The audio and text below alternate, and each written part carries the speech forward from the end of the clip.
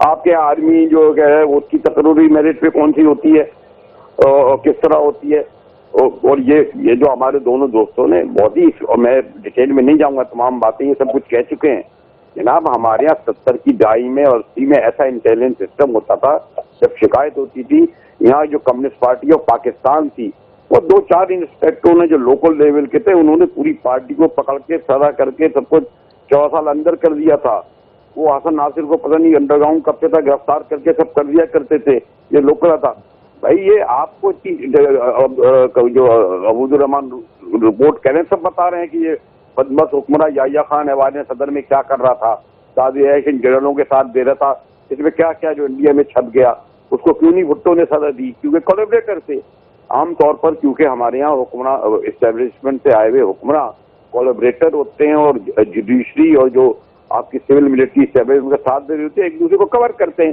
اب اس میں اگر 6 ججوں نے یہ کہا ہے, انہوں نے تو یہ تک کہہ دیا ہے کہ جناب ایک ہمارے جج کے سالے کو گرفتار کیا, ٹارچر کیا, اغوا کیا.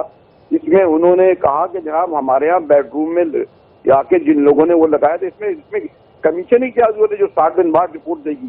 جسٹس فائد عیسیٰ ایک بلاتے اس کو آئی بی کے کسی افسر کو, ایف آئی اے کو 3 دن میں بتا دیتا جناب. الٹا میں تو اگر مجھ جیسے آدمی کو جو سیاسی کارکن ہے, آپ مجھے 12 گھنٹے بٹھا دیں, پنکھا بند کر دیں, پانی نہیں دیں, میں ایسا رف بولوں گا اپنے باپ کی ولدیت بدل دوں گا. یہ تو پولیس اگر چاہے اور آپ کے ادارے اور ایجنسیاں چاہے, کیا باتیں کر رہے ہیں میر صاحب. اب ہم لوگ کرتے کرتے تھک گئے اس بات پہ. جسٹس فائد عیسیٰ صاحب آپ لوگوں نے پتہ نہیں کہاں انہیں کھڑا کر دیا. خود آپ کہتے ہیں جی جج ہونے کے لیے 12 سال اس کی ہائی کورٹ کی پریکٹس ہونا چاہیے. یہ سمپل وکیل تھے قاضی فائد صاحب, کراچی میں میرے اقواموں میں شریک ہوتے تھے, 22 تھے. وہ وہاں کوئٹہ چلے گئے کیونکہ وہاں وہ پی سی ہو گیا تھا, جسٹس بنائے, direct chief justice of Balochistan بن گئے. اب یہ بن گئے کیا سینئرٹی, کون سی سینئرٹی بھائی, ڈائریکٹ چیف جسٹس ہو گیا. آپ کو قاضی فائد عیسیٰ کو ضرورت ہی نہیں تھی. وہ آدمی الزام لگا رہا ہے کہ فنا ادارے کے بندے نے میرے بھائی مہنوئی کو اغوا کیا, ٹارچر کیا. بھائی اس کو بلاتے, اس علاقے کے ایس ایچ او کو بلاتے, تمہارا یہ کیا ہوا, کیسے اغوا کر لیا, اس کو بلا کے کھڑا کر دیتے. وہ بھی 16 گھنٹے میں اسٹیٹمنٹ دے دیا. افسوسناک بات ہے کہ آپ نے جو ہے ایک کمیشن بٹھا دیا, ایک ریٹائرڈ جج کے تحت جو 60 دن میں ڈسکس کرے گا. کیا لوگوں کو بیوقوف سمجھتے ہیں, یہ بیوقوف بنا رہے ہیں. کیا فول پیراڈائز میں رہتے ابھی بھی انہیں ہوش نہیں آیا. 8 فروری کو انہیں نہیں پتا چلا کس طرح کے رپورٹ پڑے تھے, اور بحث کو آگے بڑھاتے ہیں اور کوشش کرتے ہیں کہ کوئی اس کا رستہ تلاش کیا جائے اور دیکھا جائے کہ کیا راہ عمل ہو سکتی ہے ممکن. ایک وقفے کے بعد حاضر ہوتے ہیں.